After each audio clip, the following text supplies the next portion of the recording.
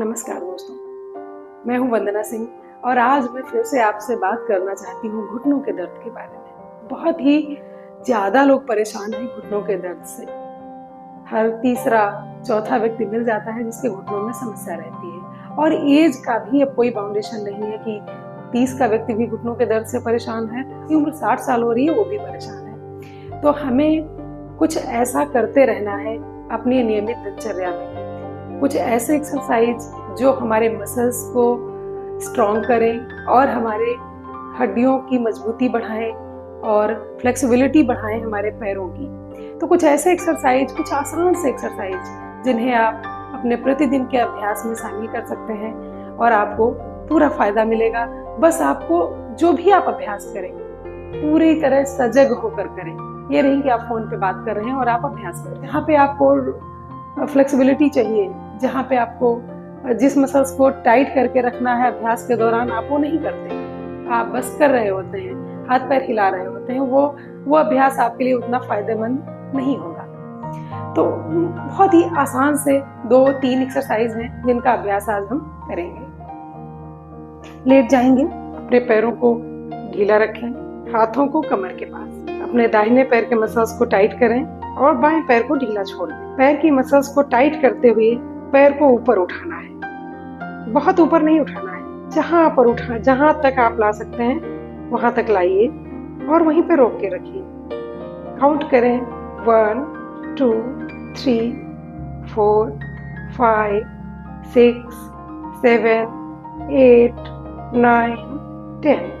पंजे को अपनी तरफ खींच के रखेंगे। आप महसूस करिए कि ये सारे मसल्स आपके टाइट हो रहे हैं।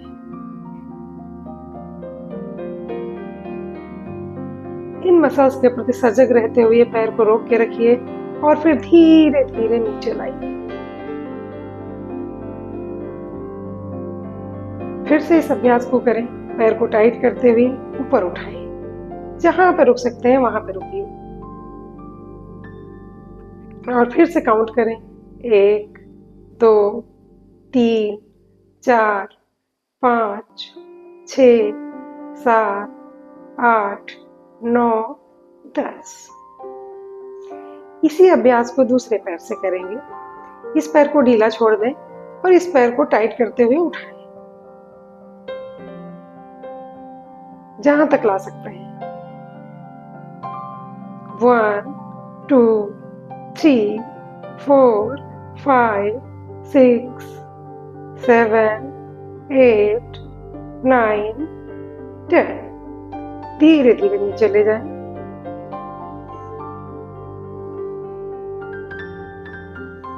फिर से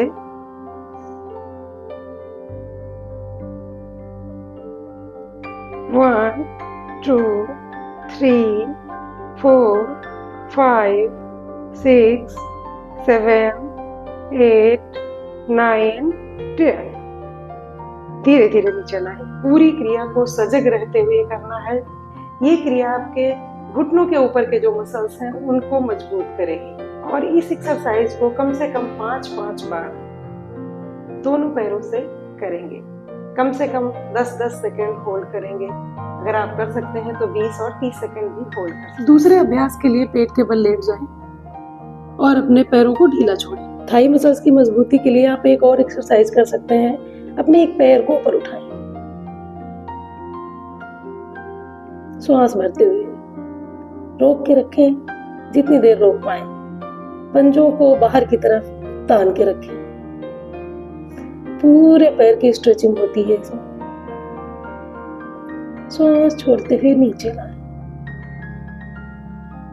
फिर से श्वास भरते हुए ऊपर ले जाएं।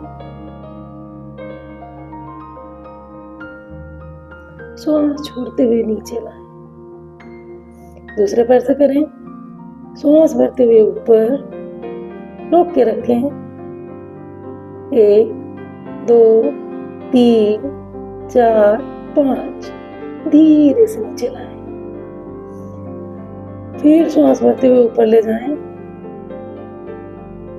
रोक के रखें और श्वास छोड़ते हुए नीचे लाएं। इस क्रिया को भी कम से कम दोनों पैरों से 5-5 बार दोहराएं। अपने घुटनों के आसपास के मसल्स को स्ट्रॉन्ग करने के लिए आप एक और एक्सरसाइज कर सकते हैं। दीवार का सहारा ले लें, ऐसे एक पैर पे अपनी बॉडी को बैलेंस करें और हाथ को कमर पे रखें और दूसरे पैर को ऐसे ऐसे आगे पीछे अपने पैर को ले जाना है। आपके घुटने के आसपास की मसल्स को मजबूत करेगा। और जो दूसरा पैर जिस पे आपने बैलेंस कर रखा है उसके कूल्हे पे बहुत अच्छा वर्क होता है जब आप इस क्रिया को करते हैं। दूसरी तरफ से देखें, इस हाथ से सहारा लें और बाएं पैर पे बैलेंस करें अपनी बॉडी को। दाहिना हाथ रखें अपनी कमर पे, पैर को थोड़ा सा उठाएं और आगे ले जाएं ऐसे, फिर उतना ही पीछे ले जाएं, ऐसे आगे ऐसे पीछे, आगे पीछे, ऐसे। ये क्रिया आपके पैरों के मसल्स पे बहुत अच्छा काम करेगी। इन सभी एक्सरसाइजेज में अगर आप ब्रीदिंग को इंक्लूड करते हैं तो आप थकान से बचे रहेंगे। हाँ, अगर थक जाते हैं, बहुत ज्यादा आपको थकान हो रही है तो ब्रेक कर लें। ब्रेक करने के बाद फिर से शुरू करें। जिस तरह पैर को आप आगे पीछे करते हैं उसी तरह आप पैर को साइड में भी ले जा सकते हैं। हाथ दीवार पे ही रखें और ऐसे सांस भरते हुए दूर ले जाएं।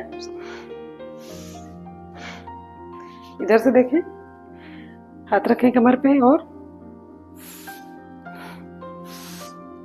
ये अभ्यास देखने में जितने आसान है उतने ही ज्यादा इफेक्टिव है।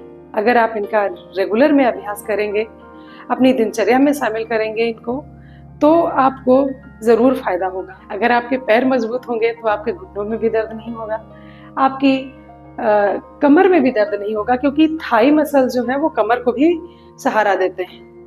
और काफ मसल्स मजबूत हो जाएंगे तो आपके एड़ियों में भी दर्द नहीं होगा। तो पैरों की मजबूती के लिए आप इन एक्सरसाइज को अपने दिनचर्या में शामिल करें और प्रतिदिन इनका अभ्यास करें।